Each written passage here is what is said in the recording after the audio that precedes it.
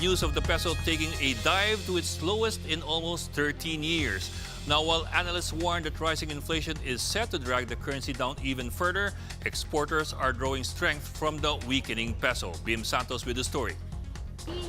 From inflation hitting a higher than expected level, we're now seeing the currency plunge to a record low.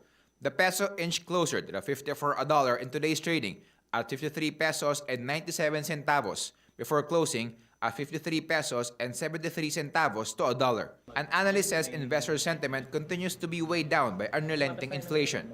Demand for the peso also declines this time of the year, tagged as import season, where importers stock up on goods for the coming year. Adding to market jitters is the worsening trade war, with the U.S. planning to impose $200 billion worth of tariffs on China.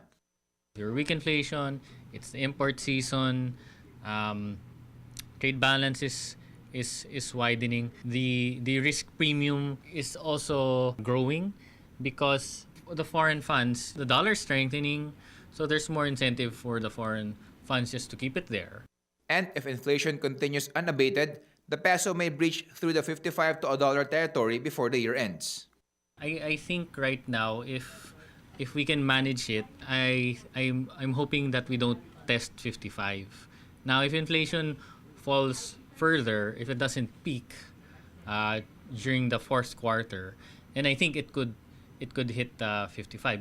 The Philippine Exporters Confederation says the country can still pull off some wins despite a weak peso situation.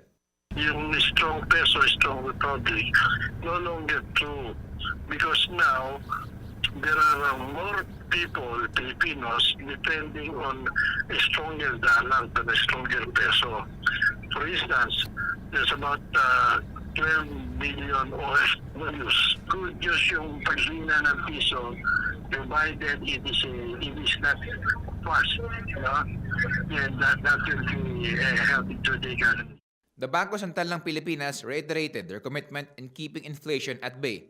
The August inflation rate of 6.4% has brought the year-to-date figure at 4.8%, outside the BSP's target range of 2 to 4%. The BSP also announced the reactivation of the Currency Risk Protection Program to shield the peso against further volatility. The facility is a hedging tool where borrowers can park their money to guard against foreign exchange risk. The central bank also says they will monitor and crack down on market speculators. Bim Santos, We Are One News.